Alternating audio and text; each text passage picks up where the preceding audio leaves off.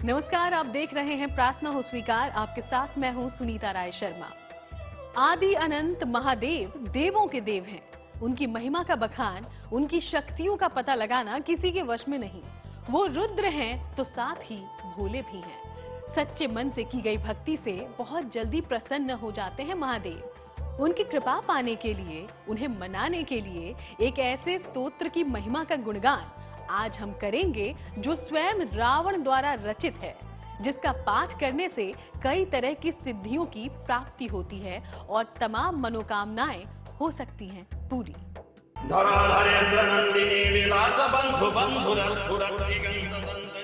एक स्तोत्र जिससे अति प्रसन्न होते हैं महादेव।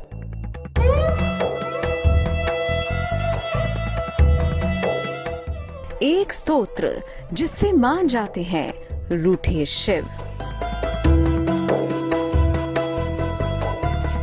शांत शिव की उपासना के कई माध्यम हैं, लेकिन रूठे शिव को मनाने का एक ही तरीका सबसे उत्तम है, और वो है उनके प्रिय स्तोत्र का पाठ, शिव तांडव स्तोत्र।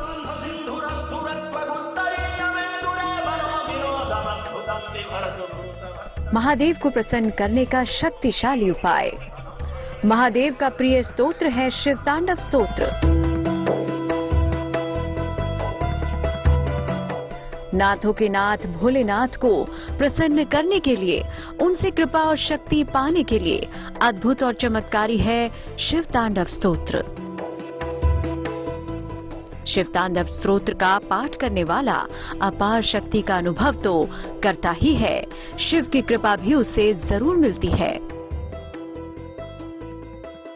शिव तांडव स्तोत्र का पाठ करने से आर्थिक संपन्नता प्राप्त होती है एवं घर में किसी भी प्रकार की अगर दरिद्रता हो वह दूर होती है और भगवान शिव प्रसन्न होते हैं। खास करके किसी गुरु मुख हो करके शुद्ध उच्चारण करते हुए शिव तांडव स्तोत्र का पाठ हमें करना चाहिए, और भगवान की प्रसन्नता के लिए या जिस कामना से अगर हम यह शिव तांडव स्तोत्र का पाठ करते हैं वह कामना हमको सद्य प्राप्त होती है।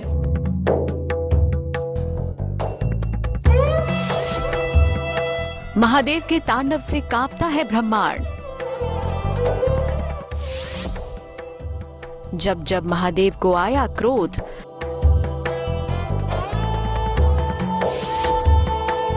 तब तब मचा महातांडव।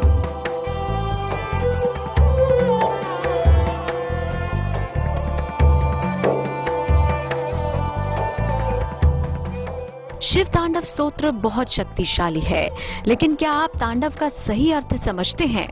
आखिर महादेव के इस दिव्य नृत्य को तांडव ही क्यों कहते हैं? क्योंकि इसका अर्थ जानने के बाद आपको शिव तांडव स्तोत्र की शक्ति का अंदाजा हो जाएगा। तांडव शब्द तंदूल से बना हुआ है, जिसका अर्थ है उछलना। तांडव में ऊर्जा और शक्ति से उछलना होता है। ऐसा करने से दिमाग और मन शक्तिशाली बनता है।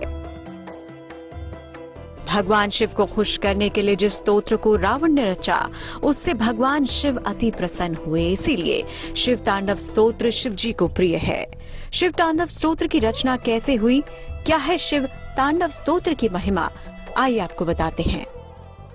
जब लंकाधिपति रावण ने कैलाश पर्वत को अपने हाथों में उठा लिया था, उस समय उसके भुजाओं में अपार कष्ट होने लगा। तब उसने इस शिव तांडव स्तोत्र का पाठ किया, और पाठ करने से भगवान शिव ने उसके भुजाओं के पूरे शरीर के कष्ट को शीघ्र नष्ट कर दिया, हर लिया।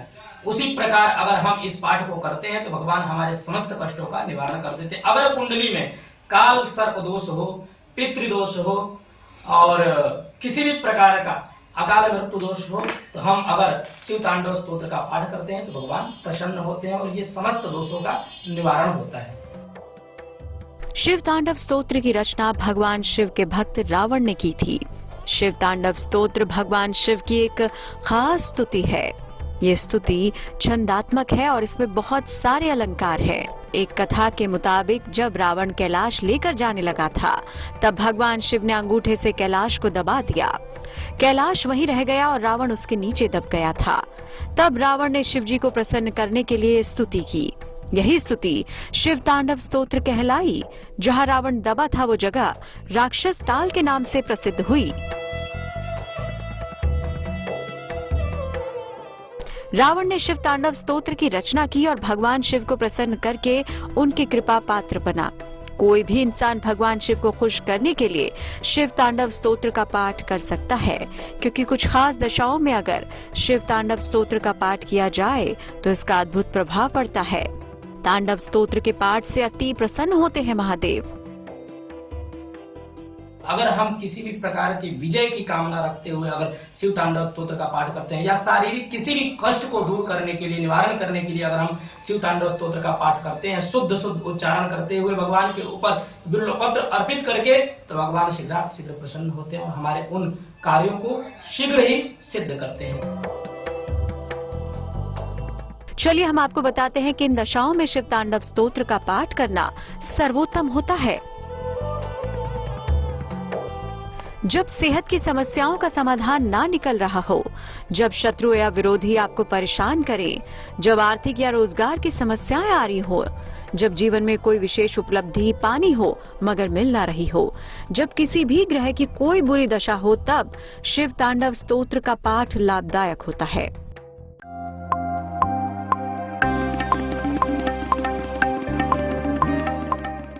महादेव आदि और अनंत से परे हैं। वो भक्तों के लिए ढाल हैं और दुष्टों के लिए काल हैं। शिव तांडव स्तोत्र की शक्ति का अंदाजा लगाना यूं तो मुश्किल है, लेकिन इसका एक लाभ जरूर होगा कि आपकी सेहत सुधरने लगेगी, क्योंकि इस तांडव को करने में आपको शारीरिक ताकत का इस्तेमाल करना होता है। ये तो आपने जान लिया कि तांडव क्या है, शिव तांडव स्तोत्र की रचना कैसे हुई, लेकिन शिव तांडव स्तोत्र का पाठ कब करें और कैसे करें, ये हम आपको आगे बताएंगे। आप बने रहिए हमारे साथ।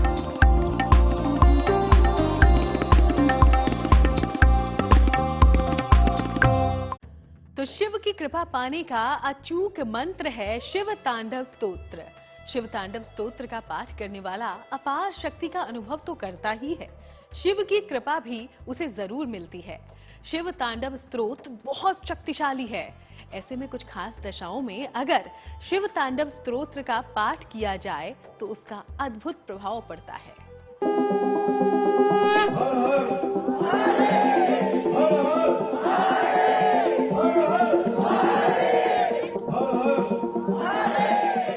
शिव को मनाने के लिए और उनसे विशेष कृपा पाने के लिए अद्भुत फलदायी है शिव तांडव स्तोत्र का पाठ।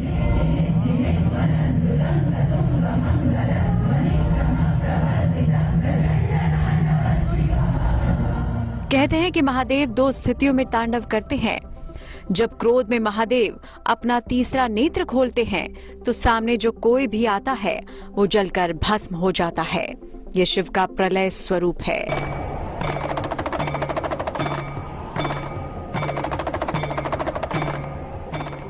दूसरा, जब वो डमरू बजाते हुए तांडव करते हैं तो शिव परम आनंद की प्राप्ति करते हैं।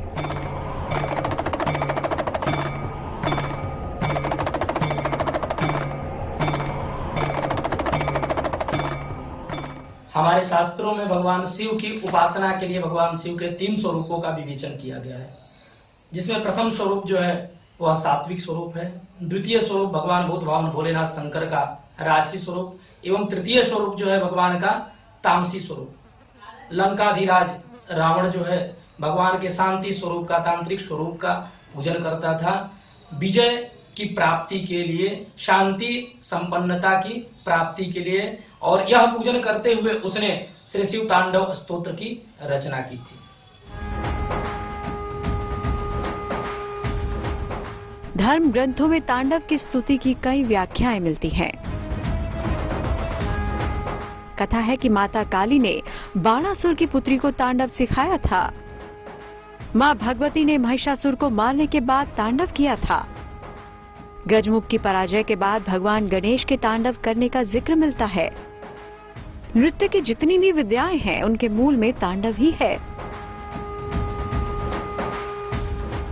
माना जाता है शिव तांडव स्तोत्र का पाठ करने से जीवन में चमत्कारिक लाभ होता है, कहते हैं कि जब स्वास्थ्य की समस्याओं का कोई तत्काल समाधान ना निकल पा रहा हो तो ऐसे में शिव तांडव स्तोत्र का पाठ बेहद लाभदायक है।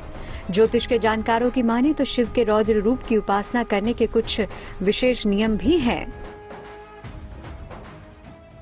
भगवान शिव को प्रसन्न करने के लिए शिव तांडव स्तोत्र का अगर निरंतर पाठ करता है तो भगवान शिव उसके ऊपर प्रसन्न हो करके उसके समस्त कष्टों का निवारण करते हैं।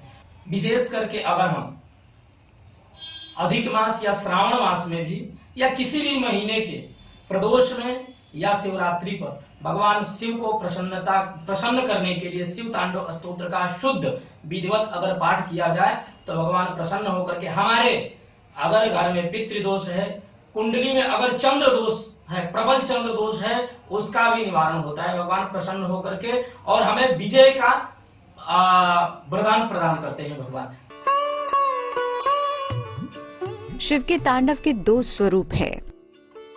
पहला उनके क्रोध का परिचायक प्रलयकारी रौद्र तांडव, दूसरा आनंद प्रदान करने वाला आनंद तांडव।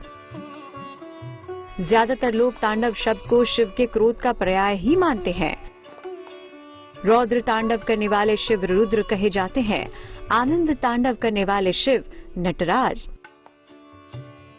शिव के आनंद तांडव से ही सृष्टि अस्तित्व में आती है और रौद्र तांडव में सृष्टि का विलय हो जाता है। माना जाता है शिव तांडव स्तोत्र के नियमित पाठ करने से आत्मबल में वृद्धि होती है, वाणी की शुद्धि होती है। यहाँ तक कि अगर जीवन में शनि, राहु, केतु के कारण परिस्थितियां कठिन बन रही हो तो भी चमत्कारिक लाभ मिलते हैं। ज्योतिषी कहते हैं कि शिव तांडव स्तोत्र का पाठ करने में अगर नियमों का पालन करें तो उससे अपार फल मिलता है। अगर नियमों को ध्यान रखते हुए सच्चे मन से शिव तांडव स्तोत्र का पाठ किया जाए तो महादेव की महाकृपा मिल सकती है। वो नियम क्या होंगे, आगे समझिए।